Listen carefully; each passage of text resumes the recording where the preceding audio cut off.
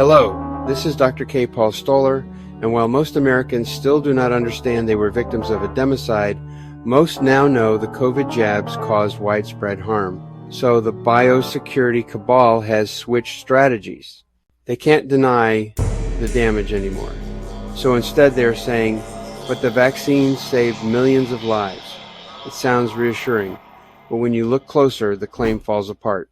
A new peer-reviewed paper takes this talking point apart step by step, and here's what it shows. Step 1, the modeling scam. The million saved numbers don't come from real data, they come from computer models built on shaky assumptions. One Lancet study projected up to 20 million lives saved worldwide. A European paper claimed nearly 500,000. The Commonwealth Fund blog said 3.2 million in the US alone, but all of them made the same mistakes. They assumed fixed death rates.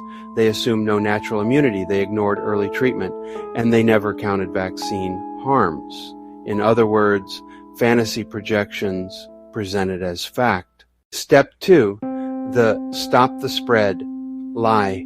Those models only worked if vaccines blocked transmission. They assumed every shot broke the chain of infection. But real life proved the opposite. Breakthrough cases exploded within weeks. By 2022, the most vaccinated countries were seeing the biggest waves. If vaccines never stop spread, the models collapse. Step 3, no proof of preventing deaths. So the story shifted. Okay, maybe they didn't stop infections, but they prevented millions of deaths. The evidence says otherwise. Pfizer's own trial, more deaths in the vaccine group than in the placebo. Observational studies, flawed, showing only short-term effects.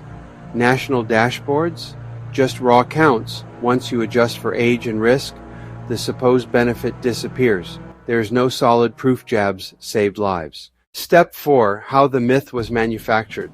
So how did millions saved become the official story? By design. Follow-ups cut off before protection waned. Deaths misclassified to make the unvaccinated look worse.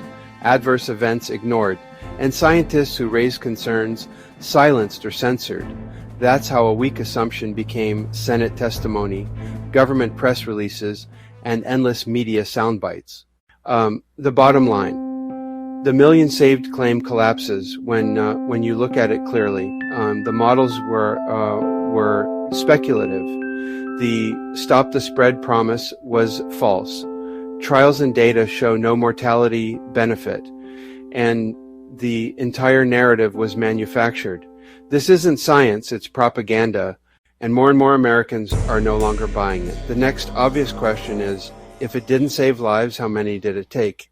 In January of 2023, roughly 3 years ago, the CDC's Vaccine Adverse Event Reporting System listed almost 18,000 deaths. Now, VAERS is recognized to underreport by 99%, which may or may not be the case when it comes to the COVID jab. But if the underreporting was 99% consistent with all the other VAERS data, then we are looking at 1.8 million deaths in the USA alone up to January 2023. So obviously there would be more deaths today. Yes, that is an extreme guesstimate, but the bottom line is the million lives saved is more likely a million lives lost. Just saying. If you don't know what democide means, you might want to look that word up.